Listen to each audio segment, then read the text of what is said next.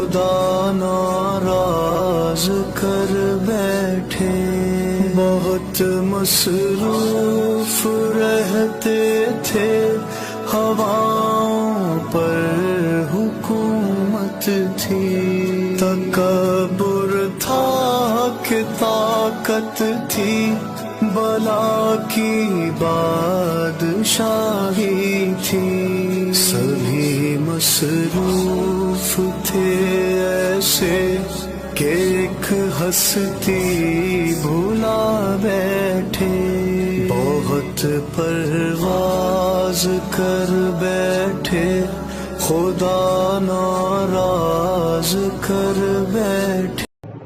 الحمدللہ الذی هدانا إلى الإيمان والإسلام وفتح لنا أبواب الجنان في رمضان، أشهد أن لا إله إلا الله وحده لا شريك له، وأشهد أن سيدنا وسندنا ومولانا وأولانا محمدا عبده ورسوله صلى الله عليه وعلى آله وأصحابه وأتباعه. أما بعد، فأعوذ بالله من الشيطان الرجيم، بسم الله الرحمن الرحيم. وطهر أيدي للطائفين والعاكفين والقائمين والركع السجود. وقال النبي صلى الله تبارك وتعالى عليه وسلم: من اعتكف ابتغاء وجه الله جعل الله بينه وبين النار 3 خلاديق أبعد مما بين الخافقين، أو كما قال النبي صلى الله تبارك وتعالى عليه وسلم. میرے محترم پیارے بھائیوں، آپ حضرات بڑے خوش قسمت ہیں ماشاءاللہ کہ پروردگار عالم ہر سال آپ حضرات کو مسجد فرید کے اندر بھی اور کہیں بھی آخری اشرا میں اللہ تبارک و تعالیٰ آپ کو اپنے پاس بلاتا ہے، اور بیٹھنے والے اکثر نوجوان ہیں۔ اللہ کے نبی صلی اللہ تبارک و تعالیٰ علیہ وسلم کی بڑی سنت ہے، سنت مؤکدہ علی الکفایہ ہے۔ آپ صلی اللہ تبارک و تعالیٰ علیہ وسلم فتح مکہ کے علاوہ، چونکہ 24 رمضان کو مکہ فتح ہوا تھا، اس وقت آپ نے عشرے اخیرہ کا اعتکاف نہیں کیا، بعد میں آپ نے قضا بھی فرمائی، اور یہ رمضان میں آپ نے پورے مہینے کا اعتکاف کیا شب قدر کی تلاش میں۔ پہلے عشرے کا اعتکاف کیا شب قدر کی تلاش میں، پھر دوسرے عشرے کا اعتکاف کیا شب قدر کی تلاش میں، پھر اللہ کے نبی صلی اللہ تبارک و تعالیٰ علیہ وسلم نے اعلان کیا کہ شب قدر رمضان کے شروع کی 20 راتوں میں نہیں ہے، بلکہ آخری عشرے کی طاق راتوں میں ہے۔ عائشہ کی حدیث ہے کہ شب قدر کی رات کو تلاش کرو رمضان مبارک کی آخری طاق راتوں میں، ابن ماجہ شریف کی روایت ہے۔ اس کے بعد آپ صلی اللہ تبارک و تعالیٰ علیہ وسلم نے اپنی زندگی میں پابندی کے ساتھ عشرے اخیرہ کا اعتکاف فرماتے تھے۔ ایک مرتبہ آپ نے اعتکاف کی قضا شوال میں کی ہے، آپ نے مسجد نبوی کے اندر آپ نے اپنا خیمہ لگایا اعتکاف کے لیے۔ عائشہ صدیقہ رضی اللہ تعالیٰ نے اللہ کے نبی کو پوچھا، یا رسول اللہ، میں بھی آپ کے ساتھ خیمہ لگا سکتے ہو؟ تو آپ نے اجازت دے دی۔ حضرت عائشہ کو دیکھ کر حضرت حفصہ آ گئے، حضرت حفصہ کو دیکھ کر ام سلمہ آ گئے۔ آپ کی تو مدینہ منورہ میں 9 بیویاں تھیں۔ آپ نے سوچا کہ مسجد نبوی چھوٹی ہے، اگر سب کے خیمے یہاں لگ جائیں گے بھی مستورات کے، آپ نے بولا کچھ نہیں، لیکن آپ نے اپنا خیمہ اٹھا دیا۔ جیسے آپ نے اپنا خیمہ اٹھا دیا تو ساری آپ کی ازواج مطہرات نے بھی خیمہ اٹھا دیا۔ یہ آپ نے پھر رمضان مبارک کا آپ نے اعتکاف نہیں کیا، آپ نے شوال میں اس کی قضا کی، لیکن باقی ہمیشہ پابندی کے ساتھ اللہ کے نبی صلی اللہ تبارک و تعالیٰ علیہ وسلم کا معمول تھا۔ حدیث پاک میں ہے، کان رسول اللہ صلی اللہ علیہ وسلم یجتہد فی رمضان ما لا یجتہد فی غیرہ۔ آپ صلی اللہ تبارک و تعالیٰ علیہ وسلم جتنا مجاہدہ ذکر و عبادت میں، قرآن کی تلاوت میں، جتنا مجاہدہ رمضان میں کرتے تھے، اتنا مجاہدہ رمضان کے علاوہ مہینوں میں نہیں کرتے تھے۔ رمضان میں آپ کی قربانی بڑھ جاتی تھی، آپ کی عبادت میں، تلاوت میں، ذکر میں، سخاوت میں، ماہ مبارک میں آپ سخاوت کا دریا بن جاتے تھے۔ حدیث پاک میں لکھا ہے آپ کی سخاوت تیز ہوا سے بھی زیادہ ہو جاتی تھی۔ اور جب عشر اخیرہ داخل ہوتا تھا، وَإِذَا دَخَلَ الْعَشْرُ الْأَخِيرُ، جب عشر اخیرہ داخل ہوتا تھا احیا اللیل وایقظ اہلہ، آپ صلی اللہ تبارک و تعالیٰ علیہ وسلم خود بھی پوری رات جاگتے تھے، اپنے گھر والوں کو جگاتے تھے۔ اللہ کے نبی کا پوری رات جاگنا زندگی میں کہیں نہیں ملتا سوائے تاثراتوں کے، سوائے آخری عشرے کے۔ اور آپ صلی اللہ تبارک و تعالیٰ علیہ وسلم ہمیشہ عشاء کی نماز کے بعد جلدی آرام فرماتے تھے، اور آپ نے کہا لا سہولت بعد العشاء، کہ عشاء کی نماز کے بعد کوئی قصہ کہانیاں نہ ہو، البتہ دین کی بات کا سننا، دین کی بات کا سنانا یہ الگ چیز ہے۔ اور آپ عشاء کے بعد جلدی آرام فرماتے تھے۔ جب رات دہائی ہو جاتی تھی تو آپ اللہ کے سامنے اٹھتے تھے اور پروردگار عالم کے سامنے آپ اڑ کر لمبے لمبے سجدے کرتے تھے، لمبا لمبا قیام ہوتا تھا۔ ان ناشئۃ اللیل ہی اشد وطئا واقوم قیلا ان لک فی النہار سبحا طویلا واذکر اسم ربک وتبتل الیہ تبتیلا۔ تبتل بولتے ہوئے یکسو ہو کر اللہ تبارک و تعالیٰ کے سامنے لگ جاتے تھے۔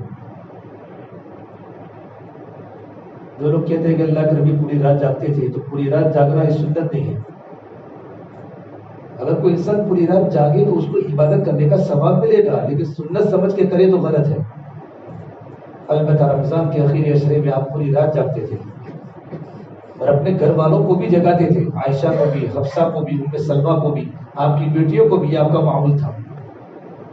اور آگے روایت میں ہے وجد وشد المیزر، اور آپ صلی اللہ تبارک و تعالیٰ علیہ وسلم آخری عشرے میں اپنی لنگی کو مضبوط باندھتے تھے، کمر کو کس دیتے تھے۔ ابھی 4-5 دن پہلے حضرت مولانا ارشد مدنی صاحب دامت برکاتہ العالیہ دارالدیوبند کے بہت بڑے عالم، ہمارے جمعیت علماء ہند کے صدر محترم نے عجیب بات فرمائی کہ آخری عشرے میں پروردگار عالم کی رحمت ایک دم جوش میں ہوتی ہے، رحمت کا دریا ابل پڑتا ہے، اللہ تعالیٰ کی رحمت کا جوش بڑھ جاتا ہے۔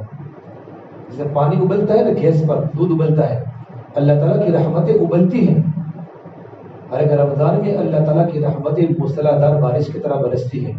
حضرت مجدد الفسانی فرمایا کرتے تھے جتنے رمضان میں پروردگار عالم کی رحمتیں برستی ہیں، ماہ مبارک میں اللہ کی رحمتوں کی وہ نسبت ہے جتنی سمندر کو قطرے کے ساتھ ہے۔ کہ رمضان کے مبارک مہینے کے علاوہ اللہ کی رحمت قطرے کی طرح برستی ہے اور ماہ مبارک میں دریا کی طرح برستی ہے۔ اور ماہ مبارک کے اندر آخری عشرے میں، آخری 10 دن میں اللہ تعالیٰ کی رحمت ایک دم جوش میں آ جاتی ہے۔ ابھی دیکھو پورا حرم بھرا ہوا ہے، پوری خانقاہ لبالب بھری ہوئی ہے، پیر رکھنے کی جگہ نہیں ہے۔ اتنا بڑا مجمع خانقاہوں میں ہے، اتنا بڑا مجمع حرم میں ہے، اتنا بڑا مجمع حرم میں ہے، اور ہزاروں کا مجمع مسجد نبوی صلی اللہ تبارک و تعالیٰ علیہ وسلم میں۔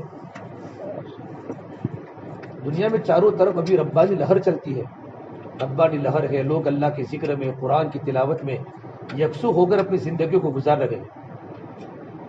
تو آپ صلی اللہ تبارک و تعالیٰ علیہ وسلم جب آخری عشرہ ہوتا تھا تو اللہ کے نبی کمر کو کس دیتے تھے، کمر کو کس دیتے تھے اور اپنی لنگی کو مضبوط باندھتے تھے۔ لنگی کے مضبوط باندھنے کے 2 مطلب ہیں۔ ایک تو مطلب یہ ہوتا ہے آخری عشرے میں آپ صلی اللہ تبارک و تعالیٰ علیہ وسلم کا معمول تھا کہ اللہ کے در پر پڑ جاتے تھے، عبادت میں کمر کو اپنا ذرہ بھی وقت غفلت میں نہیں گزارتے تھے۔ اور دوسرا مطلب محدثین نے لکھا ہے آپ صلی اللہ تبارک و تعالیٰ علیہ وسلم آخری عشرے میں اپنی بیویوں کے پاس نہیں جاتے تھے، اپنی لنگی کو مضبوط باندھتے تھے تاکہ عبادت میں خلل نہ ہو۔ یہ اللہ کے نبی کا معمول تھا۔ اب تو 27ویں رات بھی چلی گئی، 25ویں رات بھی چلی گئی، 23ویں رات بھی چلی گئی، 21ویں رات بھی چلی گئی۔ الحمدللہ شب قدر اگر چلی بھی گئی ہے تو آپ کو تو شب قدر مل گئی کہ آپ تو حالت اعتکاف میں ہیں، اور اعتکاف میں سونے والا بھی شب قدر کی عبادت میں لکھا جاتا ہے۔ فرمان اللہ کے نبی صلی اللہ تبارک و تعالیٰ علیہ وسلم نے جو ایک دن کا بھی اللہ کی رضا کے لیے اعتکاف کرے جعل اللہ بینہ و بین النار 3 خلالق، پروردگار عالم اس کے اور جہنم کے درمیان 3 خندقیں اس کو جہنم سے دور کرتے ہیں۔ 3 خندقیں، جب اس کے اور جہنم کے درمیان 3 خندقوں کا فاصلہ ہوتا ہے، اور ایک خندق کا فاصلہ کتنا ہے؟ جتنا آسمان اور زمین کے درمیان کا فاصلہ ہے۔ تو آپ جہنم سے کتنے دور ہو گئے اور جنت سے کتنے قریب ہو گئے۔ وہ آدمی جہنم سے دور ہوگا تو قریب کس سے ہوگا؟ بیٹا اوپر دیکھ، جہنم سے دور ہوگا تو جنت سے قریب ہوگا۔ ایک دن کا اعتکاف، آپ نے 10 دن کا اعتکاف کیا ہے۔ اور ایک روایت ہے جو انسان پروردگار عالم کی رضا کے لیے عشر اخیرہ کا اعتکاف کرتا ہے پروردگار عالم حجتین عمرتین اس کو 2 حج کا 2 عمرے کا ثواب ملتا ہے. اور فرما اللہ کے نبی صلی اللہ تبارک و تعالی علیہ وسلم نے فی المعتکف ویعتکف الذنوب ویجری له من الحسنات كعامل الحسنات كلها کہ جو آدمی اعتکاف کرتا ہے اعتکاف کرنے والے کو اتنا اجر ملتا ہے جتنا باہر نیکی کرنے والے کو ملتا ہے. 2 نیکیاں ایسی ہیں جو اعتکاف کرنے والا نہیں کر سکتا. ایک انسان کی عادت تھی جب کوئی انسان ہماری بستی میں بیمار ہوتا تھا تو ہم پابندی کے ساتھ بیمار کی عیادت کرے گھر جاتے تھے. اب اعتکاف میں ہے تو عیادت کرنے جا نہیں سکتے تو آپ کو اعتکاف میں بیٹھے بیٹھے آپ کو بیمار کی عیادت کرنے کا اجر مل جائے گا.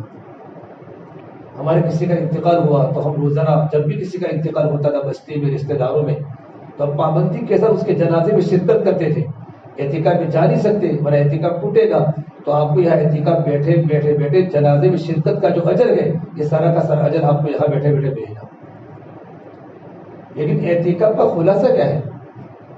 اگر کوئی انسان سنت عشرہ یا خیرہ کا اعتکاف نہیں کر سکتا صرف چھوٹا اعتکاف کرے کہ مغرب سے عشاء تک کا اعتکاف کرے اور مغرب کی نماز جماعت کے ساتھ پڑھے عشاء کی نماز جماعت سے پڑھے اور 1 گھنٹے میں انسان دنیا کی کوئی بات کسی کے ساتھ نہ کرے فرمایا اللہ کے نبی صلی اللہ تبارک و تعالی علیہ وسلم نے ایسے انسان پر جنت واجب ہے. لیکن اعتکاف کرے گا تو لال دروازہ کون سنبھالے گا؟ یا اعتکاف کرے گا تو ریلیف روڈ کون سنبھالے گا؟ مرد بھی دیکھو مستورات بھی دیکھو کتنی خطرناک چیز ہے رمضان کے مبارک مہینے میں. ایک بہت بڑے یہودی عالم نے پوچھا اللہ کے نبی کو یا رسول اللہ صلی اللہ علیہ وسلم ای البقاء خیر زمین پر سب سے بہتر ٹکڑا کون سا ہے؟ سب سے بہتر ٹکڑا فرمایا اللہ کے نبی صلی اللہ تبارک و تعالی علیہ وسلم نے کہ مجھے نہیں پتا میں جبریل امین کو پوچھوں گا. جبریل امین اللہ کے نبی کے پاس آئے آپ صلی اللہ تبارک و تعالی علیہ وسلم کے پاس جبریل امین قرآن کریم کی وحی کو لے کر سمائے دنیا سے زمین تک 24,000 مرتبہ آئے ہیں. قرآن کریم کی وحی کو لے کر اللہ نے کلام اللہ کو رمضان میں نازل کیا بلکہ تمام کے تمام آسمانی علوم رمضان میں نازل ہوئے.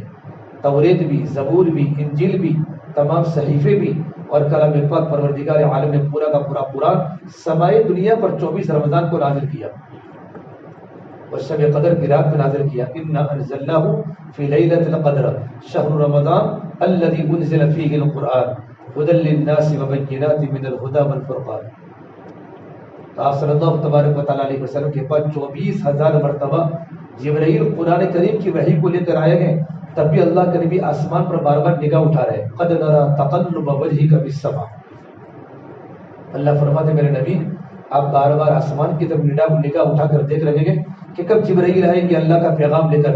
لیکن کتنا اللہ کے نبی کو اللہ کا تعلق تھا کہ جبرائیل امین اللہ کے نبی کے پاس کثرت سے آنے کی وجہ سے بھی تبھی اللہ کی ملاقات کا انتظار تھا کہ اللہ کی باتیں میرے سامنے آئے. اعتکاف میں بیٹھنے کا مقصد کیا ہے؟ یہ خالی اعتکاف میں بیٹھنے کا مقصد بلکہ اعتکاف میں تو قرآن ہونا چاہیے علم طرح کی جگہ پر. ابھی ہماری مسجد میں بہت بڑی تعداد اعتکاف میں ہے. پورے معمولات ہیں. فجر کی نماز کے بعد فضائل اعمال کی تعلیم ہے پھر مشورہ ہوتا ہے 11:30 سے لے کر 12:45 تک 20 منٹ مسائل کی تعلیم ہے. آدھا گھنٹہ فضائل کی تعلیم ہے. پھر پریکٹیکلی پوری نماز سکھائی جا رہی ہے. نماز کے فرائض ہے نماز کے واجبات ہے. ظہر کی نماز کے بعد ذکر کے پر نور حلقے کی کتاب پڑھی جاتی ہے 25 منٹ. پھر اس کے بعد سورہ یاسین تقسیم ہوتی ہے. پھر اجتماعی ہر ایک ساتھی اپنا انفرادی ذکر کرتا ہے. عصر کی نماز کے بعد کلام پاک کی تفسیر ہوتی ہے. اس کے بعد ختم خواجگان ہوتا ہے. پھر اجتماعی دعا ہوتی ہے. عشاء کی نماز کے بعد قرآن کی بہت لمبی تراویح ہوتی ہے. اس کے بعد چہل درود ہوتا ہے. پھر بیان ہوتا ہے. اعتکاف کرنے والوں کا پورا وقت وصول ہو رہا ہے الحمدللہ. اتنی جلدی تراویح تمہاری پوری ہو جائے گی تو پوری رات تم کیسے پوری کرو گے؟ خیر یہاں کا جو بھی مشورہ ہو شروع کے 10 دن میں 3 پاروں کی تراویح پڑھتے ہیں. یہاں کی جو انتظامیہ کا مشورہ ہو لیکن میری رائے ہے کہ کم سے کم 23 رمضان کو 25 رمضان کو قرآن ختم ہو تو اعتکاف والوں کو 4-5 دن قرآن کریم کی تراویح سننے کا موقع ملے. یہ موقع یہی تو ایک مہینہ ہے کلام پاک کو سننے کا. یہی ایک مہینہ ہے. اس سے کیا ہوتا ہے دلوں کو ترقی ہوتی ہے دلوں کو روحانیت ملتی ہے. ماہ مبارک میں قرآن کریم کی تلاوت. اعتکاف کا خلاصہ کیا ہے اللہ کے در پہ پڑ جانا. کیا کرنا بیٹا؟ اللہ کے در پہ آپ آئے ہو. اللہ کے جب کوئی ہوتا کوئی سخی مالدار خالی نہیں، سخی مالدار بہت ہے، سخی نہیں ہے. جب کوئی سخی مالدار کے گھر پر کچھ لوگ پڑ جاتے ہیں، دروازہ بند ہوتا ہے تو پتہ ہوتا ہے جب اس کا دروازہ کھلے گا تو سخی کسی کو دھتکارے گا، ہر ایک کو دے گا، اس کے دروازے سے کوئی واپس نہیں آتا.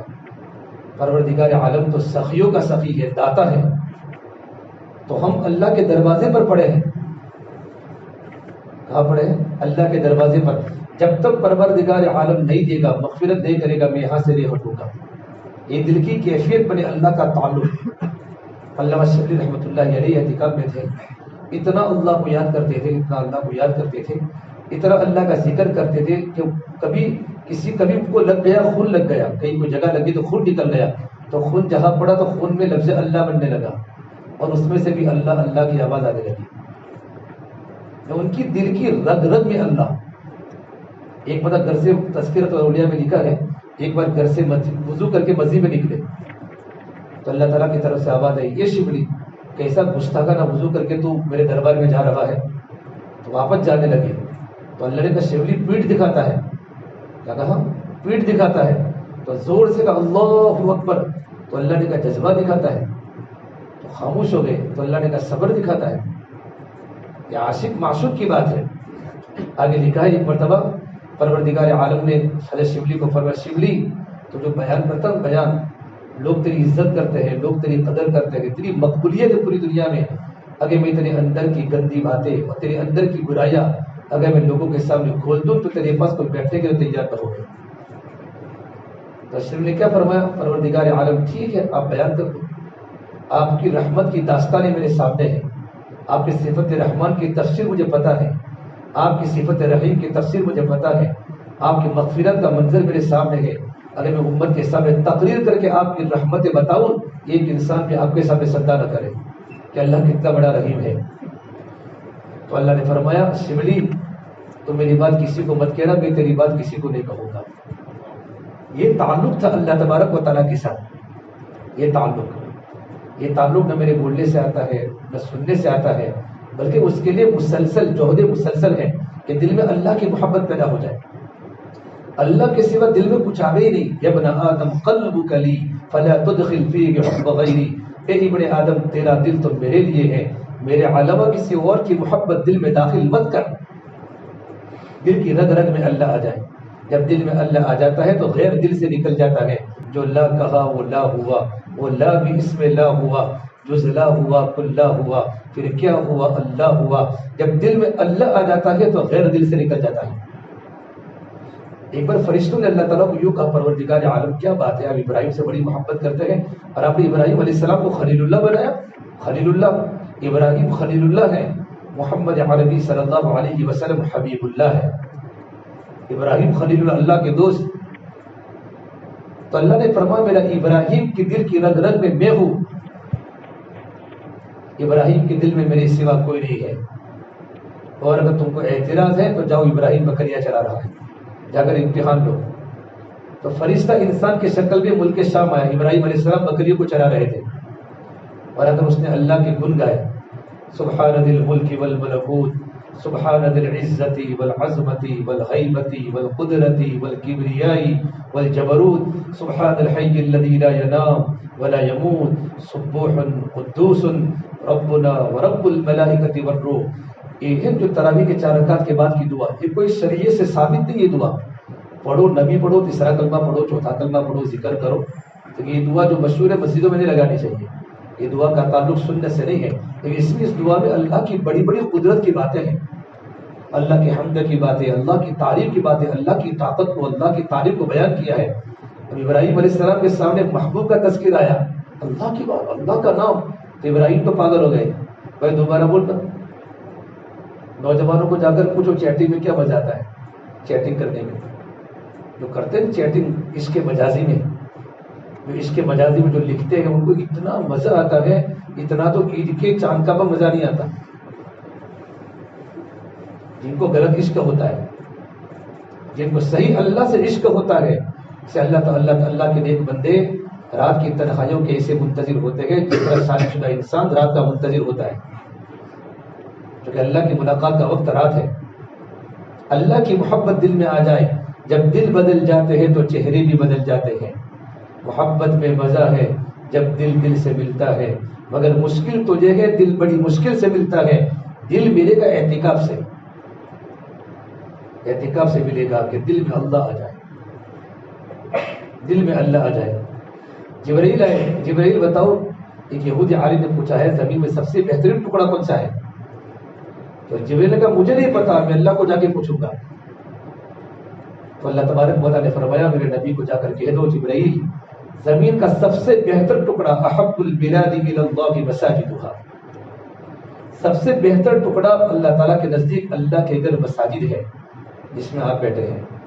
اللہ کو پوچھا تھا بہتر ٹکڑا، اللہ نے غلط ٹکڑا بھی بتایا اس کے مقابل کا، ابغض البلاد الی اللہ اسواقها، سب سے بدترین ٹکڑا پروردگار عالم کی نگاہ میں بازار ہے جس کو ہم اخیر عشر میں آباد کر رہے ہیں۔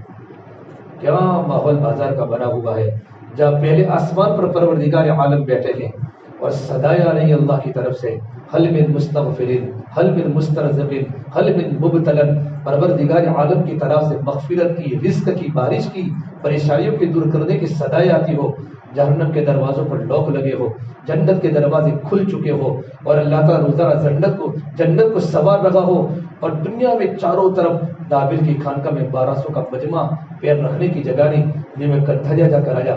تو ایک اللہ کے نیک بندے آئے ہوئے تھے میرے پاس، افریقہ کے عالم بیٹھے تھے، اور تہجد کے وقت مجھے کہا مولوی صاحب یہ قرآن کریم کیا ہے، کیا کہتی ہے؟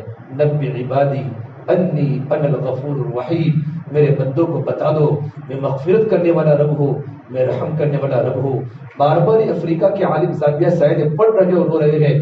مجھے کہا مولانا اللہ یوں کہتا ہے میرے بندوں کو بتا دو نبی عبادی انی انا الغفور الرحیم، تو کیا پروردگار عالم ہم کو ضائع کرے گا؟ ہم تو اعتکاف میں ہیں اور ہم تو مسجد میں ہیں، ہم تو اللہ کے گھر میں ہیں، رمضان میں اللہ نے اپنی مغفرت کا منظر سجایا ہے، اللہ نے غصے کو روک کر دیا، اللہ کی رحمت بالکل عام ہو چکی ہے، تو پروردگار عالم ہمیں معاف نہیں کرے گا؟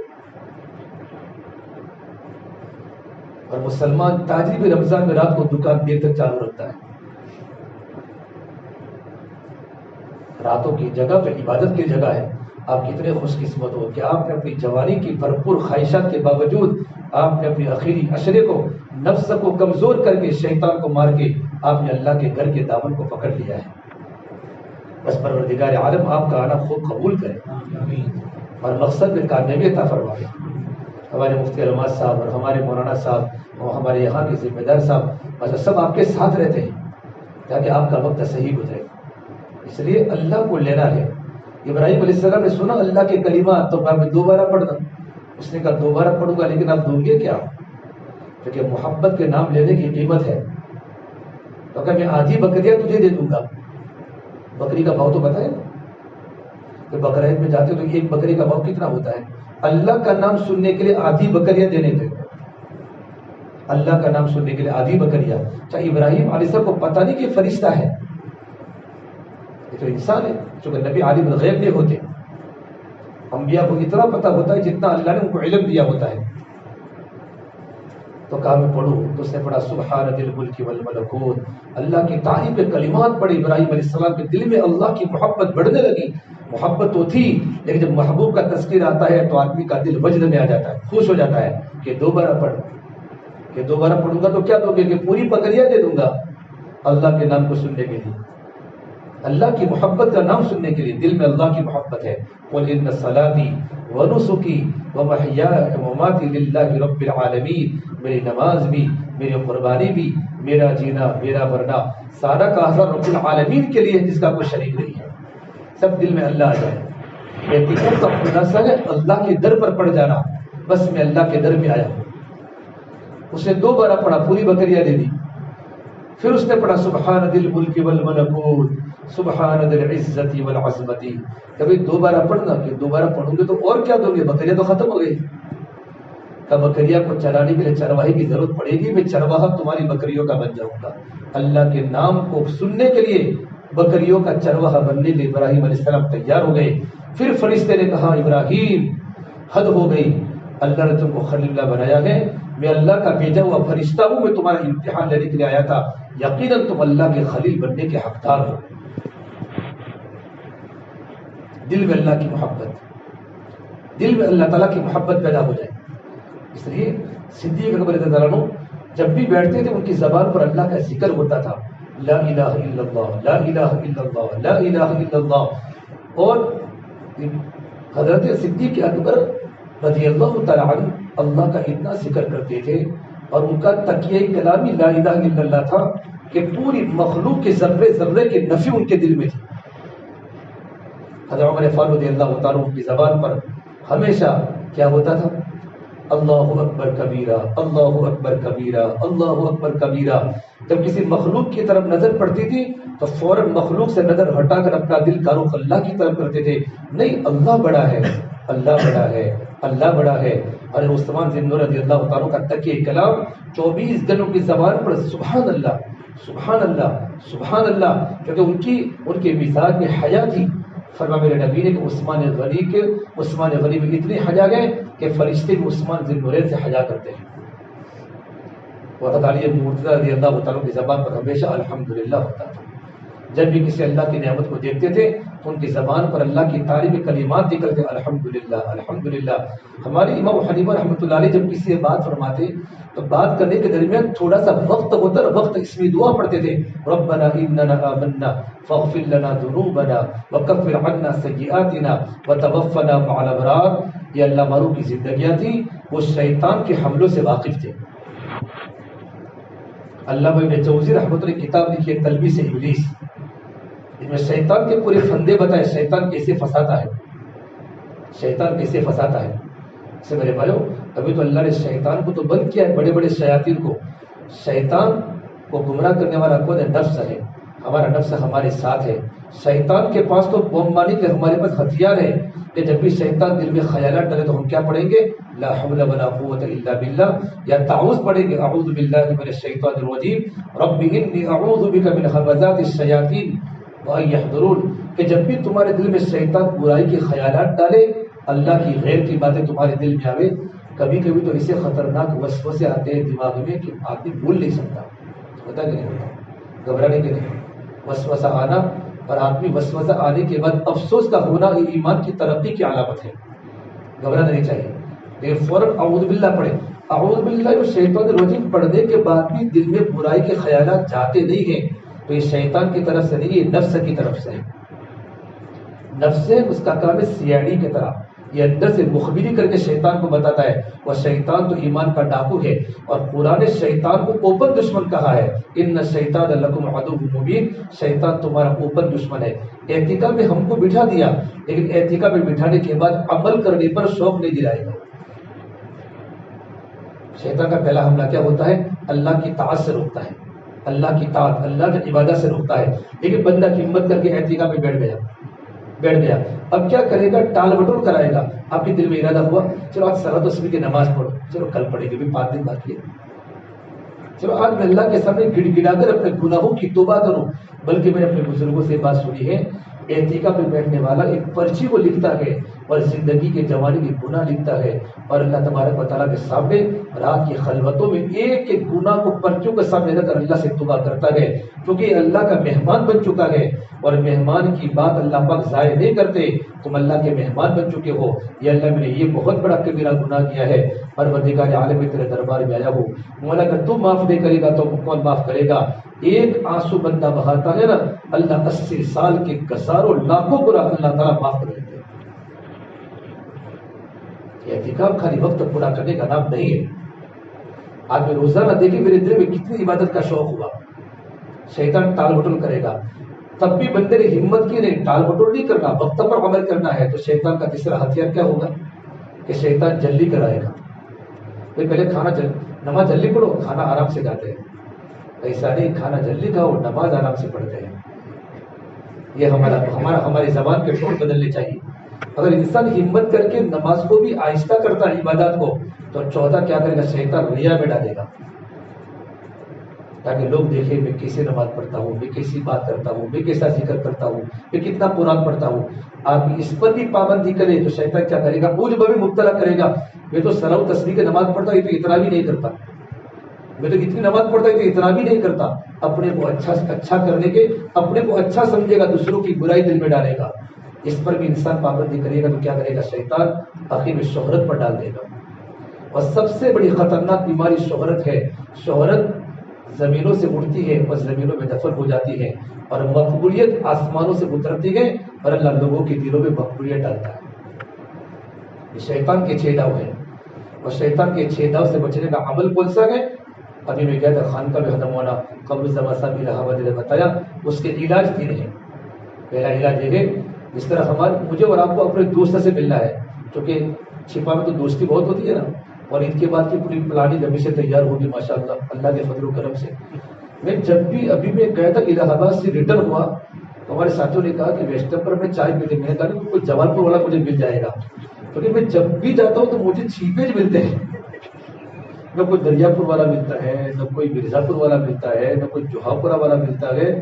یہاں کے لوگ تو، اور حقیقت میں جیسے وہ اترا ماسٹر عارف بھی کھڑے تھے، وہ آ رہے تھے جمبو سر سے، میں آ رہا تھا کٹھریا سے، اور اتنے سارے ہونا مستقل ہوا. میں کہا دیکھو کہ میں نے کو کبھی بھی تو خانقاہ سے آ رہا ہوں، تو احمد کی جگہ سے بچنا بھی ضروری ہے. ہاں اس لیے سب کہ کسی دوست کو ملنا ہو، کسی دوست کو، ہاں دوست کو ملنا ہو، دوست کے گھر کے آگے کتا بنتا ہوا ہو. میں آپ کو خالی باتیں کر رہا ہوں، بیان نہیں کر رہا ہوں. دوست کے گھر کے آگے کتا بنتا ہوا ہو، جیسے میں گیا تو کتا بھونکنے لگا، تو اس کا علاج کیا ہے؟ اگر میں کتے کو ماروں گا تو نقصان ہوگا، واپس چلا جاؤں گا تو دوست کی ملاقات نہیں ہوگی. اس کا اصل طریقہ ہے کہ دوست کو خود بتائے کہ تیرے گھر کے آگے کتا بھونکتا ہے، تو دوست اشارہ کرے گا تو کتا ایک طرف بیٹھ جائے گا. اگر میں اور آپ شیطان سے ڈائریکٹ الجھیں گے تو وقت خراب کریں گے. پروردگار عالم کے سر دعا کریں گے اور تعوذ پڑھیں گے. علماء نے لکھا ہے ہمارے اسلاف رات کو سونے کے پہلے 2 رکعت پڑھتے تھے اور 2 رکعت میں اپنے ایمان کی حفاظت کی دعا کرتے تھے. ایمان کی حفاظت اثر ہے. امام راضی تفسیر کے کنگ ہے. پوچھو مفتی صاحب کو، تفسیر کے کنگ.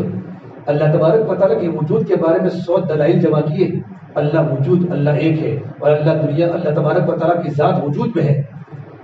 انتقال کا وقت قریب ہے، شیطان آ گیا اور کہا اللہ نہیں ہے. انہوں نے اللہ کے وجود کے بارے میں دلیل پیش کی، اللہ ہے. شیطان نے دلیل توڑی، پھر دلیل پیش کی، پھر شیطان نے دلیل توڑی. کیونکہ شیطان نے پوری دنیا میں عبادت کی ہے، طاؤس الملائکہ کا لقب پایا ہے، تو کبر کی وجہ سے اللہ نے اس کو شیطان کو جنت سے بھگایا ہے. 100 دلیل دی، 100 دلیلوں کو توڑا امام راضی کی. امام راضی کا موت کا وقت ہے، گھبرا گئے، اور گھبرانے کے بعد اب دلیل بتاؤ، اللہ تو نہیں ہے. اب امام راضی کے پاس 101 دلیل نہیں تھی، لیکن اللہ والوں کی صحبت میں زندگی گزاری تھی. ان کے شیخ نجم الدین کبرا رحمۃ اللہ علیہ اثر کا وضو کر رہے تھے. اللہ نے کشفن ان کے سامنے پورا منظر کھول دیا، اور فوراً انہوں نے جس لوٹے میں وضو کر رہے تھے اس لوٹے کو زور سے دیوار پر مارا، اور چہرے پر غصہ تھا، اور اوپر شیخ کی شکل ہے ان کے سامنے. وہ کہا راضی شیطان کو یوں کہ میں بغیر دلیل کے اللہ کو مانتا ہوں، میں بغیر دلیل کے اللہ کو مانتا ہوں کہ اللہ کا وجود ہے. شیطان بھاگا ہے اور کلمے کے ساتھ موت آئی ہے. اعتکاف میں شیطان کیا کرے گا؟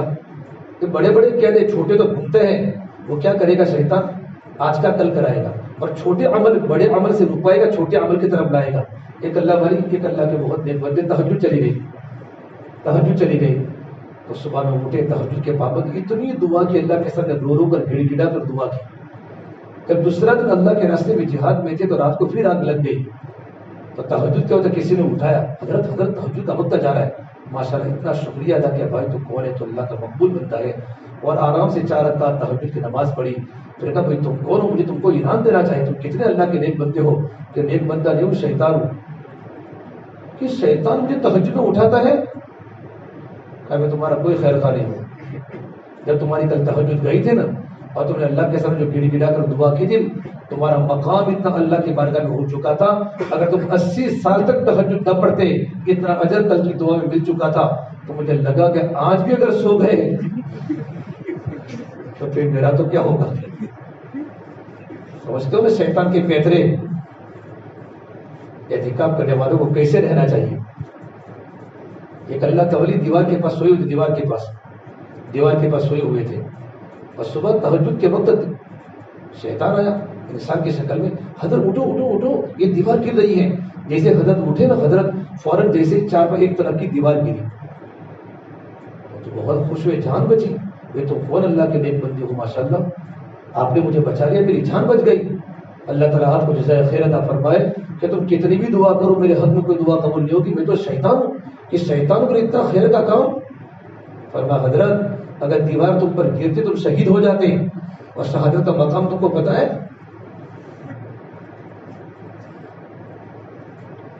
شیطان کے حملے سے کوئی بچ نہیں سکتا۔ سیدنا عبد القادر جیلانی رحمۃ اللہ علیہ اعتکاف میں ہے اور اللہ کا ذکر کر رہے ہیں اپنے کمرے میں عشر اخیرہ کا، اور اچانک شیطان نے روشنی ڈالی، تجلی ڈالی۔ کبھی کبھی آدمی سمجھتا ہے کہ میں بہت بڑا بزرگ بن چکا، ایسی شیطان نے پورے کمرے کو روشن کر دیا، تجلی۔ ان کے دل میں تو اللہ کی تجلی پڑی ہے، اللہ کی تجلی۔ جبرائیل جیسا فرشتہ جنت میں جا کے دھوکا کھا گیا، اللہ نے جنت عدن کو بنایا، جنت عدن۔ جبرائیل جاؤ جنت میں چکر لگا کے آؤ، جنت کا کیا حال ہے، جنت میں نے کیسی بنائی ہے۔ جبرائیل جیسے جنت میں گئے نا تو اچانک جنت میں روشنی ہوئی، تجلی ہوئی، تو جبرائیل سمجھے تو اللہ کی نور کی بارش ہو رہی ہے، سدے میں چلے گئے، اور سدے میں ایک حور آئی نا، یا جبرائیل اٹھو اٹھو اٹھو، اللہ نہیں ہے حورو۔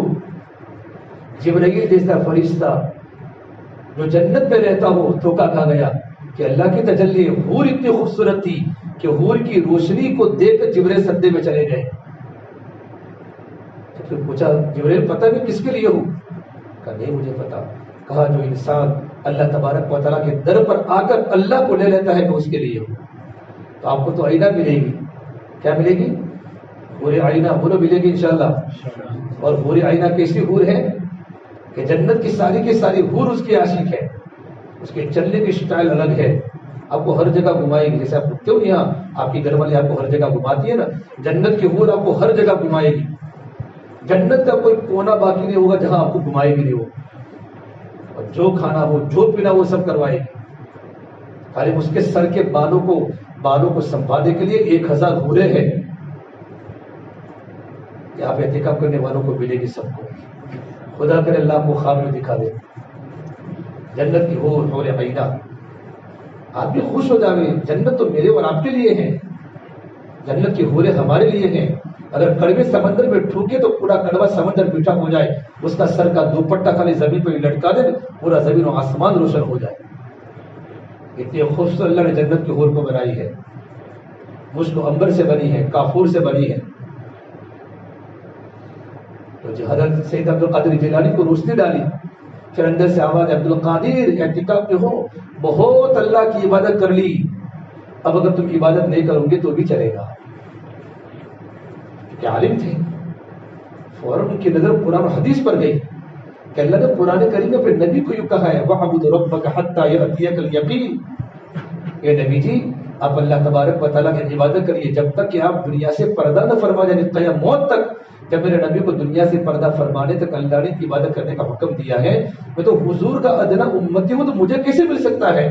پھر کہا تو شیطان لا حول ولا قوت الا باللہ، تو فوراً روشنی ختم ہو گئی۔ تو شیطان نے کہا عبد القادر تجھے تیرے علم نے بچا لیا۔ کیا کہا؟ بولو، خطرناک، پھر سے کوڑا مارا، پھر سے گمراہ کرنے کا۔ فرمایا نہیں، مجھے میرے علم نے نہیں بچایا، مجھے میرے اللہ نے بچایا ہے۔ یہ شیطان کی ساری تدبیریں ہوتی ہے۔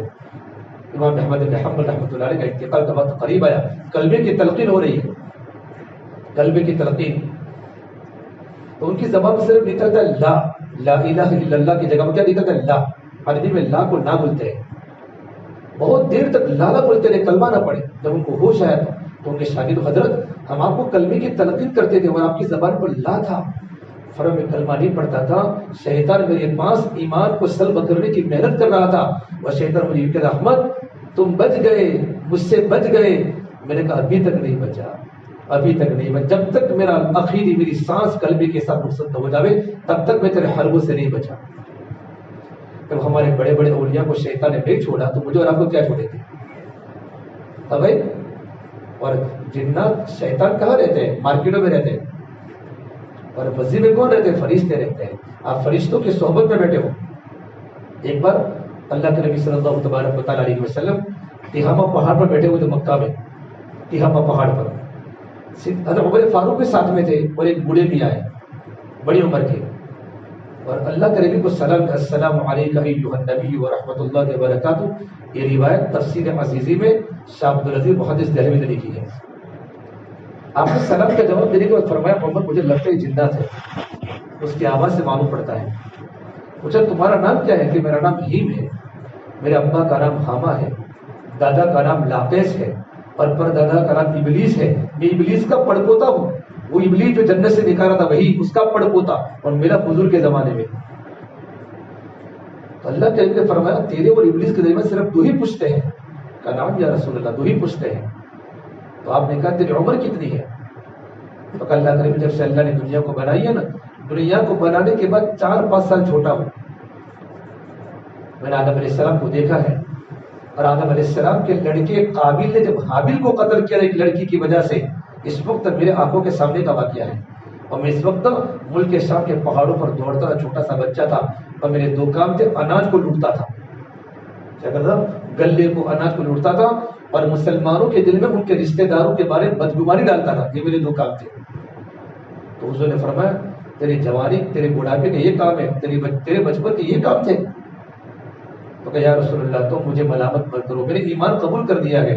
میں نوح علیہ السلام کی خدمت میں 1 سال رہا ہوں اور 1 سال نوح علیہ السلام کی مسجد میں نے اعتکاف کیا ہے. اعتکاف، نفل اعتکاف. اور میں نے ان کے ہاتھوں پر توبہ کی ہے. پھر اس کے بعد یعقوب علیہ السلام، ہود علیہ السلام، یوسف علیہ السلام کے زمانے میں ان سے ملا ہوں اور موسیٰ علیہ السلام کے پاس میں 1 سال ان کی مسجد میں اعتکاف کیا ہے. اور موسیٰ نے مجھے فرمایا اللہ تیری عمر میں برکت دے تو تم عیسیٰ علیہ السلام کو میرا سلام بولنا. میں عیسیٰ علیہ السلام کا زمانہ پایا. تو عیسیٰ علیہ السلام کے زمانے میں ان کی مسجد میں نے 1 سال تک اعتکاف کیا، ان کے ہاتھ پر توبہ کی 2 بار. عیسیٰ نے فرمایا اللہ کا تیری عمر میں برکت دینا تو محمد عربی صلی اللہ تبارک و تعالیٰ علیہ وسلم کو میرا سلام بولنا. یا رسول اللہ یہ امانت کا بوجھ میرے پاس کب سے تھا، میں آپ کی خدمت میں عیسیٰ علیہ السلام کا سلام لے کر آیا ہوں. حضور بڑے خوش ہوئے. پھر کہا اللہ کرے میں آپ کے پاس قرآن سننا ہے، مجھے قرآن کریم کی تعلیم دو.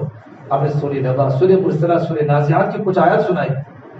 پھر آپ نے کہا جب بھی تمہیں کوئی ضرورت پڑے تو ہمارے پاس آئیو اور ہمارے پاس بار بار آتے جاتے رہنا. حضرت عمر فاروق فرماتے ہیں اللہ کے نبی صلی اللہ تبارک و تعالیٰ دنیا سے پردہ فرما گئے لیکن ہمیں نہیں پتا وہ زندہ ہے کہ مر گیا ہے. وہ زندہ ہے کہ مر گیا ہے. اس سے علماء نے بات لکھی ہے کہ پروردگار عالم کو ہدایت دینے پر آتا ہے تو نیک لوگوں کی صحبت کی وجہ سے اور نیک ماحول کی وجہ سے پروردگار عالم ابلیس کے پڑپوتے کو ہدایت دیتا ہے. یہ ماحول نیک ہے.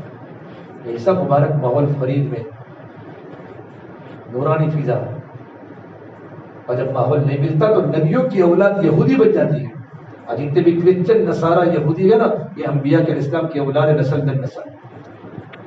صحبت غلط ملی، ماحول غلط ملا، کتابوں کی تحریف کا علم کے پاس آیا. اس سے میرے بعد آپ اللہ سے گزارش ہے اب کچھ دن باقی آپ کے پاس، اس دن کی قدر کریں. تو میں کہہ رہا تھا ایک تو کیا کرنا ہے اللہ سے پناہ مانگنی ہے. نمبر 2 شیطان سے بچنے کا دوسرا علاج زندگیوں میں سنتیں لانا ہے. سنتوں کی پابندی. جو انسان اللہ کے نبی صلی اللہ تبارک و تعالیٰ علیہ وسلم سنتوں کی پابندی کرتا ہے نا تو سنتوں کی پابندی کی وجہ سے اللہ نے سنتوں میں وہ نور رکھا ہے کہ انسان شیطان کے حربوں سے بچ جاتا ہے. اور ایسا فرماتے تھے جب تم چھوٹی چھوٹی سنتوں پر عمل کرو گے پروردگار عالم بڑی بڑی سنتوں کی توفیق دے گا. سنتوں کے بغیر ولایت نہیں مل سکتی. اللہ کے نبی کی اتباع ضروری ہے. میرے بھائیوں اپنے آنکھوں میں حیا کا کاجل لگاؤ اور اپنے کانوں کو قرآن کے نغموں سے آشنا کرو اور اپنے چہرے کو حضور والا چہرہ بناؤ اور اپنے لباس کو حضور والا لباس بناؤ. اپنے ہاتھوں میں اللہ کے عشق کی ہتھکڑیاں ڈالو اور اپنے پیروں میں اللہ تعالیٰ کی محبت کی بیڑیاں ڈالو اور اپنے گلے میں آپ صلی اللہ تبارک و تعالیٰ علیہ وسلم کی اطاعت کا گلوبند ڈالو اور لمبے لمبے سجدے کر کے اپنے ماتھے میں اللہ کے سجدے کا جومر سجاؤ. پھر دیکھو تم کیسے اللہ کے پیارے لگو گے. اللہ بھی ہم سے محبت کرے گا، نبی بھی ہم سے محبت کریں گے. تو صلی اللہ علیہ وسلم سنتوں کی پابندی ہوگی نا شیطان حملے سے بچیں گے. اس لیے علامہ اقبال نے روتے روتے کہا ہے کسی غم خسار کی محنتوں کا میں نے عجیب صلہ دیا، جسے میرے غم نے بلا دیا اسے میرے جی سے بلا دیا. میں تیرے مزار کی جالیوں کی محنتوں میں لگا رہا، تیرے دشمنوں نے تیرے چمن میں خزاں کا جال بچھا دیا. میرے سرکار نے میرے اور آپ کے لیے کیا نہیں کیا؟ اور علم نے لکھا ہے آپ صلی اللہ تبارک و تعالی جس قبر میں جہاں آپ سوئے ہوئے ہیں میرے نبی کے جسد مبارک سے جو مٹی لگی ہے، مٹی، اس مٹی کی قیمت پروردگار عالم کے نزدیک عرش سے، لوح و قلم سے، بلکہ پوری کائنات سے افضل اس مٹی کی قیمت ہے۔ وہ مٹی میرے نبی کے جسد مبارک سے لگی ہے۔ جب مٹی کی وہ قیمت ہے اللہ کے نبی صلی اللہ علیہ وسلم کے بدن سے متصل ہونے کی وجہ سے، تو جو سنتیں میرے نبی کی زندگی سے نکلی ہوگی اور جو طریقے میرے نبی کی زندگی سے نکلے ہوں گے، اس سنت کے اللہ کی بارگاہ میں کیا قیمت ہوگی؟ لا الہ الا اللہ محمد الرسول اللہ۔ لا الہ الا اللہ یہ اندر کی چیز ہے، محمد رسول اللہ یہ باہر کی چیز ہے۔ لا الہ الا اللہ ظاہر ہو نہیں سکتا، محمد رسول اللہ یہ چھپ نہیں سکتا۔ جب لا الہ الا اللہ اندر اترے گا تو محمد رسول اللہ باہر ظاہر ہوگا، ہمارا لباس بتائے گا، ہمارا چہرہ بتائے گا، ہماری عبادات بتائے گی، ہماری معاشرت بتائے گی، ہمارے اخلاق بتائیں گے یہ محمد صلی اللہ تبارک و تعالی علیہ وسلم کا غلام ہے۔ لیکن غلامی کلمے کے بعد ہی آتی ہے، جب لا الہ الا اللہ اترے گا تو محمد رسول اللہ والی صفات زندگی میں آئے گی۔ اور تیسری بات کیا فرمائی کہ شیطان کے حربے سے بچنے کے لیے اللہ کا ذکر ہے، اللہ کا ذکر۔ ایک دو منٹ ٹھہرنا۔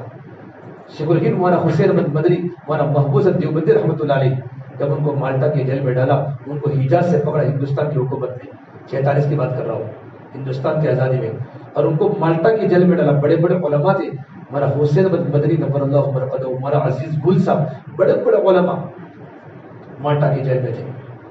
اور اس وقت رمضان کا مہینہ آیا، اور رمضان کے مبارک مہینے میں شیخ الہند رونے لگے، بہت روئے۔ تو مولانا مدنی کے حضرت آپ کیوں روتے ہیں؟ کیا بچوں کی یاد آئی؟ فرمایا نہیں، اس لیے روتا ہوں آج تک میں نے کبھی کلام پاک کی تراویح کے بغیر تراویح نہیں پڑھی، لیکن تمام علماء کرام کو حافظ قرآن نہیں ہے، جیل کی کوٹری میں تراویح پڑھنی پڑے گی، علم ترہ کی، اس لیے رو رہا ہوں۔ مولانا مدنی فرماتے ان کے خاص شاگرد تھے، خاص خادم تھے، فرما حضرت اللہ موقع نہیں دے گا علم ترہ کی پڑھانے کا۔ صبح میں اٹھتے تھے، بڑی عمر میں پورا قرآن کریم کا ایک پارہ حافظ بنتے تھے، اور رات کو تراویح میں علماء کے سامنے کیا ایک پارے کی تراویح سناتے تھے۔ 30 دن میں مولانا حسین مدنی نے پورا قرآن حفظ کیا ہے۔ یہاں کی حکومت کو معلوم تھا کہ شیخ الہند کو ختم کرنا آسان نہیں ہے، تو کیا پیترا کیا؟ اس زمانے کی تھی جو جیلیں وہ بنجر تھی، بنجر جیلیں، تو ان کو جس کمرے میں سلایا شیخ الہند رحمۃ اللہ علیہ کو، وہاں جیلر نے ایک خطرناک پرانا زہریلا سانپ ڈال دیا، پتلا پتلا، تاکہ رات کو کمرے اندھیرا ہوتا تھا، کمرے میں کاٹے گا مر جائے گے، صبح کے بھیج مر گئے۔ ہمارا مدنی فرماتے ہیں کہ میں رات کو دیوار کود کے ان کے کمرے میں گیا ذکر کرنے کے لیے، حضرت کے پاس خدمت کرنے کے لیے، تو دیکھا کونے میں خطرناک سانپ کی آنکھیں چمک رہی ہے، دور جا کر دیکھا، قریب جا کر بہت بڑا سانپ زہریلا، اور بالکل چھوٹی سی کوٹڑی میں۔ حضرت فرمایا کچھ نہیں کرنا، ذکر کرو۔ تو لا الہ الا اللہ کی ضربے لگائی، لا الہ الا اللہ، تو شیطان بھی وجد، وہ سانپ بھی وجد میں آ گیا، اور جب کہیں حضرت لا الہ الا اللہ تو تن سانپ وہ بھی یوں کر کے سر یوں کرے، پھر الا اللہ تو پھر یوں کر کے سر یوں کرے، سانپ بھی ذکر کرتا رہا، پھر فرمایا اچانک سانپ غائب ہو گیا۔ ہمارا مدنی فرماتے ہیں کہ میں تو اپنے کمرے میں چلا گیا، لیکن کمرے میں جانے کے بعد پھر سانپ ظاہر ہوا سامنے، تو شیخ الرحمۃ اللہ نے پھر سے ذکر کرنا شروع کیا، پوری رات ذکر کرتے رہے۔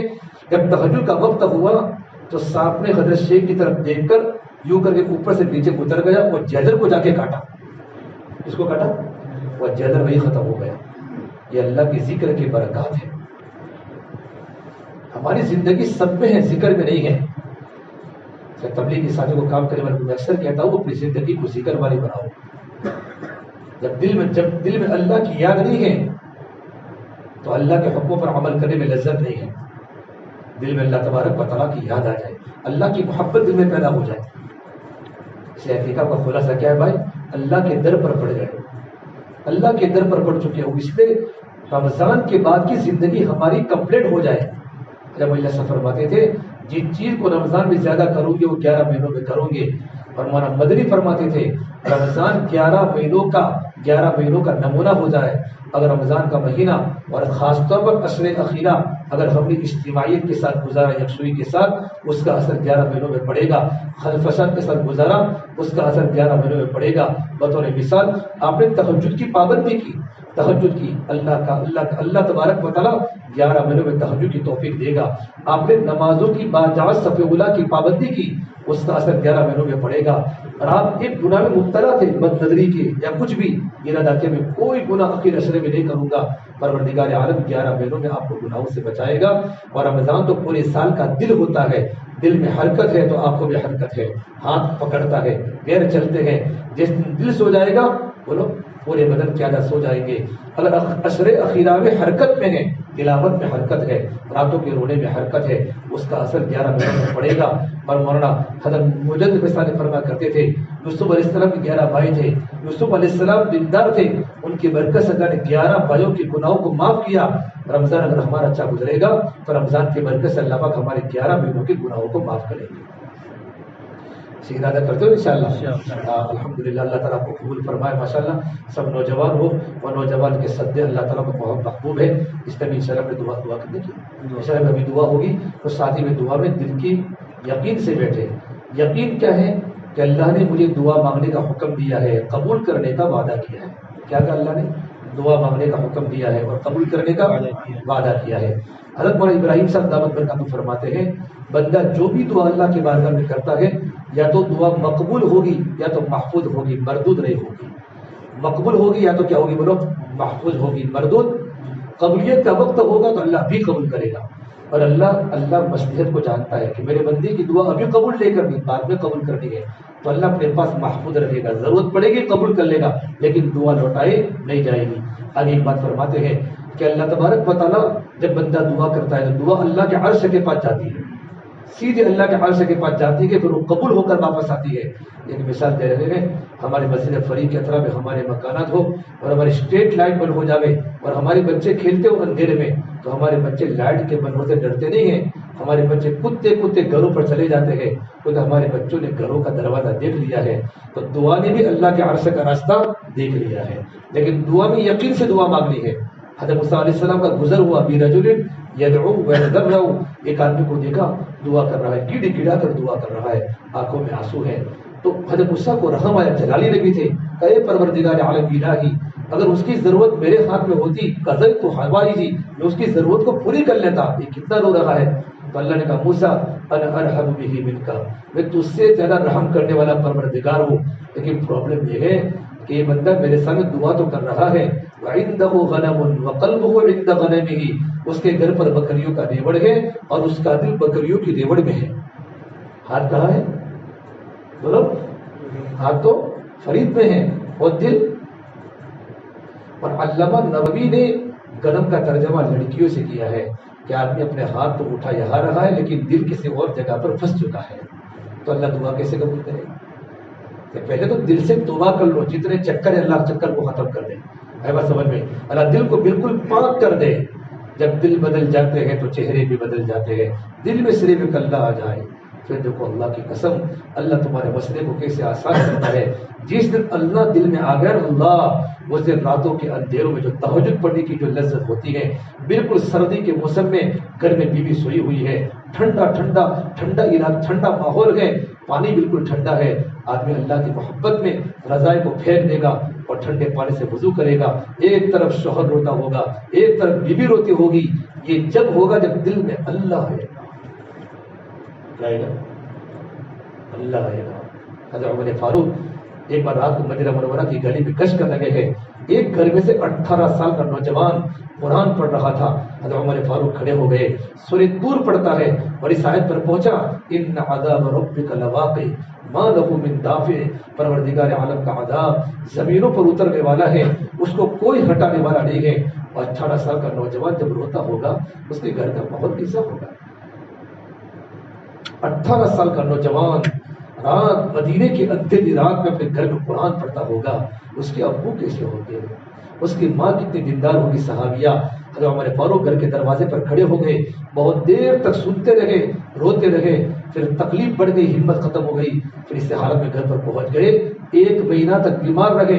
اہل مدینہ کی عادت میں آنے لگے، لیکن کسی مدینہ والوں کو پتہ نہیں حضرت عمر فاروق کی بیمار ہوئے گئے. ایک قرآن کریم کی آیت کو سننے کے بعد حضرت عمر کی زندگی میں اللہ کا خوف بڑھ گیا. یقیناً زمینوں پر اللہ کا عذاب آنے والا ہے. اس لیے میرے بھائیو مجھے اور آپ کو ضرورت ہے اللہ کے تعلق کی ضرورت ہے. اور تقویٰ، رمضان کی روزے کا مقصد کیا ہے؟ تقویٰ. اور تقویٰ کہتے ہیں حرام کاموں سے بچنا، ہماری خلوتیں پاک ہو جائے، ہماری خلوتیں پاک ہو جائے، رات کے اندھیرے ہمارے پاک ہو جائے. بس اندھیرے پاک ہو گئے تو بن گئے، اندھیرے ناپاک ہو جاتے ہیں. بیوی کے ہونے کے باوجود آدمی ادھر سے ادھر پھٹکتا ہے، لیکن بیوی کو سب پتا ہوتا ہے. معلوم گھر میں جیسے انٹر ہوتے ہو تو حضرت معلوم ہو جائے حضرت کہاں تشریف لے گئے تھے، تو بیچاری بھولتی نہیں ہے کیونکہ گھر کا ماحول خراب ہوگا. مجھے ایک عام بات کرتا ہوں، عورتوں کو سب کچھ پتا ہوتا ہے. امام راضی نے ایک جگہ پر لکھا ہے، ایک جگہ پر ایک بار مولوی صاحب نے بیان میں یوں کہا، کیا کہا بیان میں کہ میں جو اللہ کے راستے میں صدقہ کرے گا، خرچ کرے گا، اللہ اس کو وہ دے گا، وہ دے گا، وہ دے گا، اور وہ 70 شیطانوں کو گرا دے گا. کتنے شیطانوں کو؟ ایک نوجوان تھا ایک دم جذبات میں کھڑا ہو گیا، گھر جا کر تیجوری کھولی، کچھ مولانا کو دینا ہے، کسی کو دینا ہے. تو گھر میں بیگم صاحب کیا کرتے ہو؟ میں کچھ پیسے نکالتا ہوں، صدقہ 70 شیطانوں کو گرانے کا ہے. اور گلہ کھولا کٹ بنانے کے لیے. کیا کرتے ہو؟ گلہ 70 شیطانوں کو گرانے کا ہے. ارے پاگل، گھر برباد کرنے بیٹھا ہے. اکبر نہیں ڈرا بابر کی فوج سے، لیکن ڈر گیا بیوی کی چونچ سے. ڈر گیا بیوی کی چونچ سے. کہاں جا رہے ہو حضرت؟ ایسی بولی بیگم صاحبہ، وہ چوپ چاپ لوگ کر کے اور وہ تھیلا بند کر کے سیدھا مسجد میں امام صاحب کے آگے بیٹھ گیا. امام صاحب نے کہا بھائی کیا ہوا حضرت؟ نوجوان بہت جذبات میں کھڑا ہوا تھا کہ حضرت کیا کروں، میں نے 70 شیطانوں کو تو گرا دیا لیکن شیطان کی خالہ سے ہار گیا. شیطان کی خالہ سے ہار گیا. تو بھائی عورت دیندار بنے، کیا بنے؟ عورت. اور جن کی عورتیں دیندار ہوتی ہیں وہ اپنے شوہر کو سخی بناتی ہے. سخی بنو، بخیل مت بنو. اللہ کی دوستی سخی سے ہے، بخیل سے نہیں ہے. اور اللہ نے قسم کھا کر کہا ہے، میری عزت کی قسم، میں سخی کو کبھی جہنم میں داخل نہیں کرنے دوں گا. سے میرے بھائی آپ سے گزارش ہے ماشاءاللہ اب دعا کریں گے. اور اللہ کا تعلق دل تھوڑا سا ذکر کر لیں. ذکر کا مطلب ذکر جاری نہیں، اب تھوڑا سبحان اللہ الحمدللہ 4-5 منٹ پڑھ لو آہستہ آہستہ. ذکر کے بعد جب دعا ہوتی ہے تو دعا میں اللہ کا تعلق بڑھتا ہے. اللہ ہمیں عمل کی توفیق دے. لائٹ بند کر سکتے ہیں تھوڑی دیر کے لیے؟ پانی مجھے بتاؤ.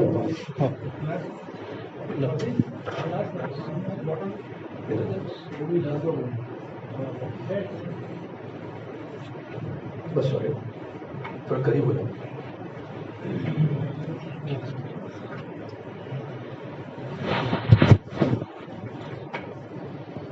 اللهم لك الحمد كله ولك الشكر كله ولك الخير كله وإليك يرجع الأمر كله. اللهم صل على سيدنا محمد وعلى آل سيدنا محمد وبارك وسلم. ربنا ظلمنا أنفسنا وإن لم تغفر لنا وترحمنا لنكونن من الخاسرين.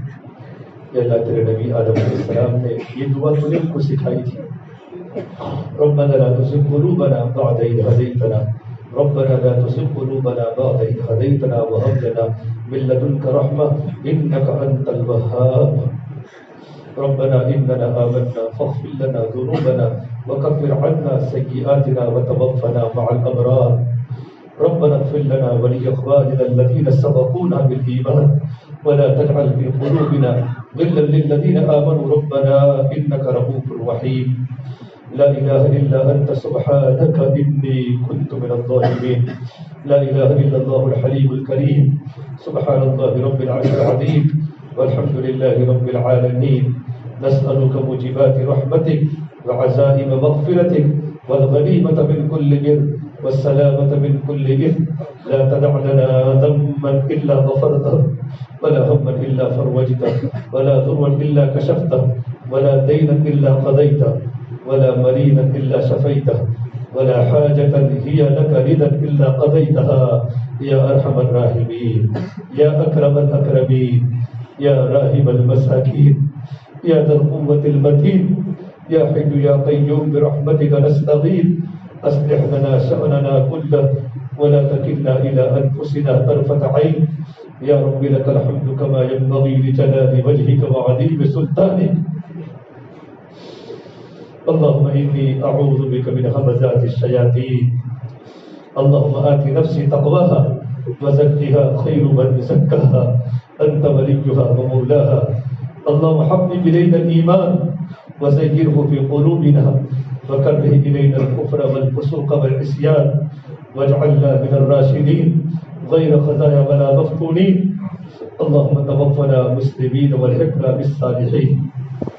ربنا آتنا في الدنيا حسنة وفي الآخرة حسنة وقنا عذاب النار.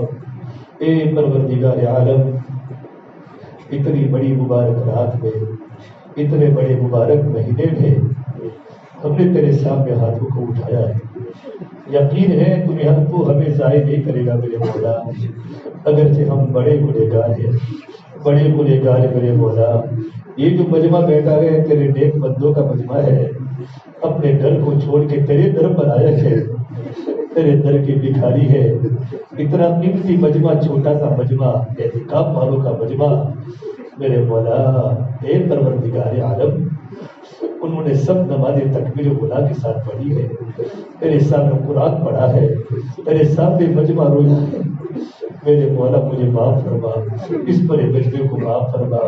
مولا کبھی کوتاہی ہم سے ہوتی ہے، ہم کمزور ہیں. مولا تراویح میں کبھی کوتاہی ہے، نماز میں کبھی کوتاہی ہوئی ہے، اعتکاف میں بھی کبھی کوتاہی ہوئی ہوگی، لیکن میرے مولا ہم تو کمزور ہیں. ایک کمزوروں کے پروردگار، جب ماں کا کوئی بچہ کمزور ہوتا ہے، ماں اپنے بچے کو پھینک نہیں دیتی، ماں اپنے کمزور بچے کا خیال کرتی ہے.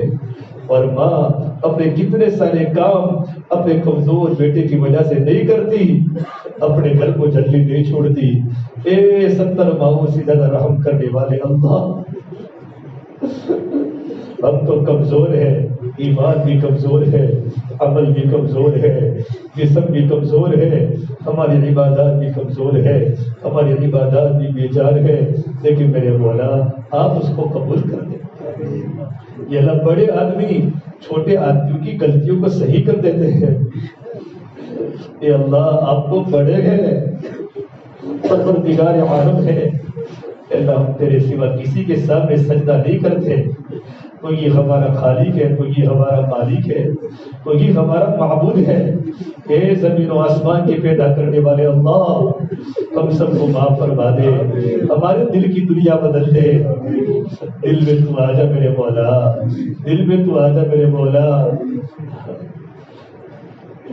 جب کبھی سبزی کی دکان پر جاتے ہیں، ایک فروٹ کی دکان پر جاتے ہیں، سوچ سمجھ کے فروٹ کو دیکھ کر لیتے ہیں گندا فروٹ ہمارے گھر پر نہ آ جائے. جب دنیا کا انسان گندے فروٹ کو قبول نہیں کرتا، اے پروردگار عالم اب گندے دل کو کیسے قبول کریں گے؟ دل بہت گندا ہو چکا ہے، گناہ کرتے کرتے غلاظتوں کا شٹر بن چکا ہے، دل کی رگ رگ میں اندھیرا ہے. میرے مولا ہمیں معاف فرما دے اللہ، ہمیں معاف فرما دے. ہماری زبان پر ذکر کو جاری فرما دے، ہمارے قلب کی گندگیوں کو دور فرما دے، ہمارے قلب کی گندگیوں کو دور فرما دے. رمضان میں اگر ہمارا دل نہ بنا تو کب بنے گا میرے مولا؟ ہمیں تقویٰ دے دے، توکل دے دے، دنیا سے بے رغبتی دے دے، فکر آخرت دے دے میرے اللہ، صبر دے دے، شکر دے دے، نیک بندوں کی صفات ہماری زندگی میں دے دے، دین کے مٹنے کا درد دے دے میرے اللہ. ہم کمزور ہیں یا اللہ، یہ مہینہ تجھ سے مانگنے کا مہینہ ہے، تجھ سے یاد کرنے کا مہینہ ہے. اے اللہ پہلے آسمان پر ہے اور آسمان پر آپ کی طرف سے صدائیں آتی ہے، اے میرے گنہگار بندو، میں آیا ہوں ہے کوئی گناہوں سے مغفرت چاہنے والا، ہر من مستغفر فاغفر له، میں اس کے گناہوں کو معاف کر دوں، میں اس کے گناہوں کو معاف کر دوں.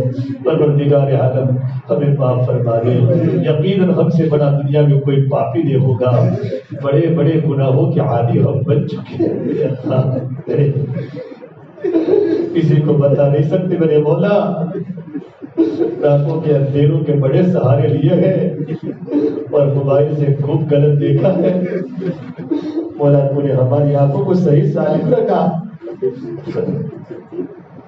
اے پروردگار عالم تو ہم سے راضی ہو جا. ایک ماں جتنی اپنے نافرمان بیٹے سے راضی نہیں ہوتی، پروردگار عالم تو اتنا اپنے گنہگار بندوں سے راضی ہو جاتا ہے. تیری صفت رحیم کا واسطہ، تیری صفت رحمان کا واسطہ، ہم پر کرم کا معاملہ فرما دے، ہم پر رحم کا معاملہ فرما دے، ہم پر فضل کا معاملہ فرما دے۔ اے اللہ معتکفین، ہمارے مفتی صاحب، ہمارے حاجی بھائی، یہاں کے جتنے بھی ساتھی بیٹھے ہیں، پروردگار عالم آج ہر ایک کی مراد کو تو پوری فرما دے، ہر ایک کی جائز مرادوں کو پوری فرما دے۔ میرے مولا کیا کیا دل میں جائز تمنا ہوگی اور سب کو پتا ہے تیرے سوا میں پوری نہیں کر سکتا، پوری ہمارا خالق ہے میرے مولا، ہماری جائز مقاصد حسنہ میں کامیابی عطا فرما دے مولا، ہماری مغفرت فرما دے، مغفرت فرما دے۔ جبرائیل کی خطرناک بددعا ہے، اتنے بڑے محبوب نبی نے آمین کہہ دیا ہے، اس دعا کی قبولیت میں کیا شک ہے؟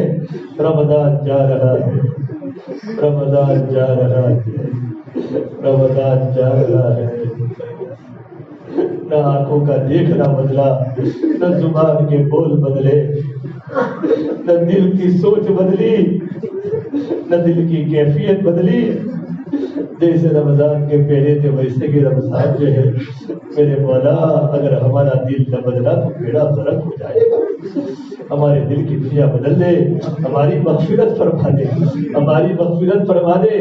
اللہ ہم اقرار مجرم ہے، ہمیں تیرے سامنے اپنی گناہوں کا اقرار کیا ہے، ہمیں معاف کر دے میرے اللہ، ہمیں معاف کر دے میرے مولا، ہمیں معاف کر دے میرے اللہ۔ اس پورے مجمع کو معاف فرما دے، پوری امت کو معاف فرما دے، ہمارے اساتذہ کی مغفرت فرما دے، ہمارے شاگردوں کی مغفرت فرما دے، ہمارے گھر والوں کی مغفرت فرما دے، ہماری بوڑھی ماں کی مغفرت فرما دے۔ یا اللہ کھیتوں میں مزدوری کر کے پڑھایا ہے، گھروں میں لوگوں کے گھروں پر برتن ماج ماج کے پڑھایا، ہمیں عالم دین بنایا، حافظ قرآن بنایا، بہترین بدلہ ان کو دنیا آخرت میں عطا فرما دے۔ ہمارے والد مرحوم کی قبر کو نور سے منور فرما دے، ہمارے بھائی بہنوں کی مغفرت فرما دے، ہمارے بچوں کی مغفرت فرما دے، رشتے داروں کی مغفرت فرما دے۔ اے اللہ ہمارے محسنین احسان کرنے والوں کی مغفرت فرما دے، ہم سے محبت کرنے والوں کی مغفرت فرما دے۔ اے اللہ اس پورے مجمع کو معاف فرما دے، اے اللہ اس پورے مجمع کو معاف فرما دے، مولا پوری امت کو معاف فرما دے۔ اے اللہ مسلمان جن حالات میں تو جانتا ہے میرے مولا، ہم نہیں بتا سکتے، تو سب کچھ جانتا ہے میرے مولا، ظلم کو ختم فرما۔ اے اللہ اگر ان کے حق میں ہدایت مقدر میں ہے، اے اللہ ان کو ہدایت دے دے، اگر ان کے حق میں ہدایت نہیں میرے مولا تو زمین کو پاک فرما دے، زمین کو پاک فرما دے، اسلامی ملکوں کے سربراہوں کو ہدایت دے دے، ہمارے مدارس، مساجد، مکاتب، حرمین شریفین، دینی مراکز، خانقاہوں کی اور پروردگار عالم مسجد اقصیٰ کی پوری پوری حفاظت فرما دے۔ میرے مولا ہمارے نوجوان بگڑ گئے ہیں، ہم بھی بگڑ گئے ہیں، میرے مولا ہمیں سدھار دے، ہمارے دل کی دنیا بدل دے مولا، میرے مولا۔ لیکن ڈر تجھی سے لگتا ہے میرے مولا، تیرا اتنا خوف پیدا فرما دے جو کہ حرام کاموں سے بچاوے، تیری نافرمانی سے بچاوے میرے مولا۔ اے میرے مولا شب قدر آ گئی ہوگی یا باقی ہوگی، ہمیں شب قدر دے دے، ہمیں شب قدر دے دے، شب قدر میں جو جو عبادت تو نے کروائی والا اس کو قبول فرما دے، اس کو قبول فرما دے۔ اے اللہ یہ نوجوانوں کا مجمع بیٹھا ہے، بڑا قیمتی مجمع ہے، تیرے در پر آ چکا ہے مولا، تو اپنے در پر آنے والوں کو مایوس کرے گا نہیں میرے مولا، تو وہ دے گا کہ کوئی سوچ نہیں سکتا، تو سخیوں کا سخی ہے، تو اجود ہے۔ یا اللہ اس سے بڑا سخی کون ہو سکتا ہے؟ تیرے خزانوں میں کوئی کمی نہیں میرے مولا۔ یا اللہ تیری سخاوت کے دروازے کھول دے، اور اللہ تیری سخاوت اتنی کھول دے کہ سب کے گناہ کو معاف فرما دے۔ اللہ جتنے لوگ جہنم کے مستحق ہیں ان کو تو جنت میں بھیج دے میرے مولا، میرے مولا تیری جنت کو ایمان والوں سے بھر دے۔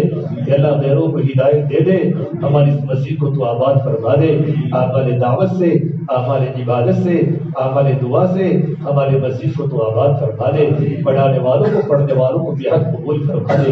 اے میرے مولا، اے میرے مولا، آج 28 مبارک رات ہے میرے مولا، کتنی جگہوں پر آج 29ویں رات ہے۔ اے پروردگار عالم عشر اخیرہ چل رہا ہے، تیری رحمت جوش میں ہے، تیری رحمت ہمارے دلوں پر ڈال دے، اور اللہ ہم سب کو توبہ کرنے کی توفیق مرحمت فرما دے۔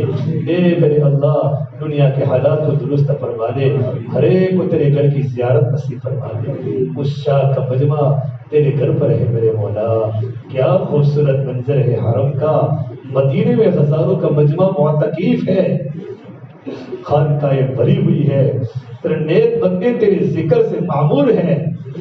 ہم گنہگار ہیں مولا، ہماری زندگی ادھر ادھر کی باتوں میں گزر رہی ہے، ہمیں معاف فرما دے میرے اللہ، ہمارے قلب کی کیفیت کو بدل دے، ہمارے دل کی دنیا بدل دے، ریا نام و نمود شہرت کے ناپاک جذبوں سے ہمیں بچا دے یا اللہ، بہت تقدیر کے کام میں لگے رہنے کی توفیق دے دے، حاسدین کے حسد سے، فتنوں کے فتنے سے یا اللہ ہماری اور پوری امت کی ہمارے ساتھوں کی حفاظت فرما دے، علم ایمان کا نور دے دے، عمل کا نور دے دے، بے روزگاروں کو حق حلال کی روزی دے دے۔ یا اللہ بہت بڑا مجمع بیمار ہے، ہمیں دعا کے لیے کہا ہے یا اللہ کینسر کے مریض ہے، یا اللہ ان تمام کو شفا کاملہ دائمہ عاجلہ مستمرہ نصیب فرما دے، اچانک کی موت سے، اچانک کی بیماریوں سے، اچانک کے حالات سے ہماری حفاظت فرما دے۔ اے مولا امن و امان والی زندگی دے دے، عافیت والی روزی دے دے، برکت والی روزی دے دے یا اللہ، اے پروردگار زندگی تندرستی والی دے دے، جتنے ہمارے جسم میں بیماریاں ہیں روحانی جسمانی، ان تمام سے ہمیں شفا دے دے، ہمیں تقوی کا لباس پہنا دے، ہمیں شفا کا لباس پہنا دے یا اللہ، موت آ رہی ہے، قبر میں جانا ہے میرے اللہ، کتنے لوگ کتنے جوان اپنے قبروں کے حوالے ہو گئے اور کیڑے مکوڑے کی شکار ہو گئے۔ مولا موت آ رہی ہے، کوئی کسی کو موت کا انکار نہیں کر سکتا۔ ابھی ہمارے رشتے دار میں لوگ ہوتے ہیں، ابھی 3-4 دن میں ہو گئی، ایک جوان بہن کا انتقال ہو گیا میرے مولا، اے میرے مولا ان کی مغفرت فرما دے، چھوٹے چھوٹے بچے ہیں، اللہ ان کو صبر جمیل عطا فرما دے، بہت سے لوگ جیلوں میں محبوس ہیں، عید کا وقت آیا ہے، جب چھوٹا بچہ باپ کی انگلی پکڑ کر جاتا ہے تو پڑوس کا بچہ پوچھتا ہے امی میرے ابو کب آئیں گے، مجھے انگلی پکڑنے والا کوئی نہیں ہے میرے مولا، یا اللہ جیل سے رہائی کے اسباب پیدا فرما دے، یا اللہ اسباب پیدا فرما دے، یا اللہ پوری امت کی مغفرت فرما دے، یا اللہ ہماری دعاؤں کو اپنے فضل و کرم سے پیارے حبیب محمد مصطفیٰ سرور کونین سرکار دو عالم صلی اللہ تبارک و تعالی علیہ وسلم کے صدقہ توفیق ہم سب گنہگاروں کی دعاؤں کو رب العالمین اپنی بارگاہ میں قبول فرما دے۔ اللهم انا نسألك من خير ما سألك منه نبيك محمد صلى الله عليه وسلم ونعوذ بك من شر ما استعاذك منه نبيك محمد صلى الله عليه وسلم وأنت المستعان وعليك البلاغ ولا حول ولا قوة إلا بالله العلي العظيم سبحان ربك رب العزة عما يصفون وسلام على المرسلين والحمد لله رب العالمين برحمتك يا أرحم الراحمين۔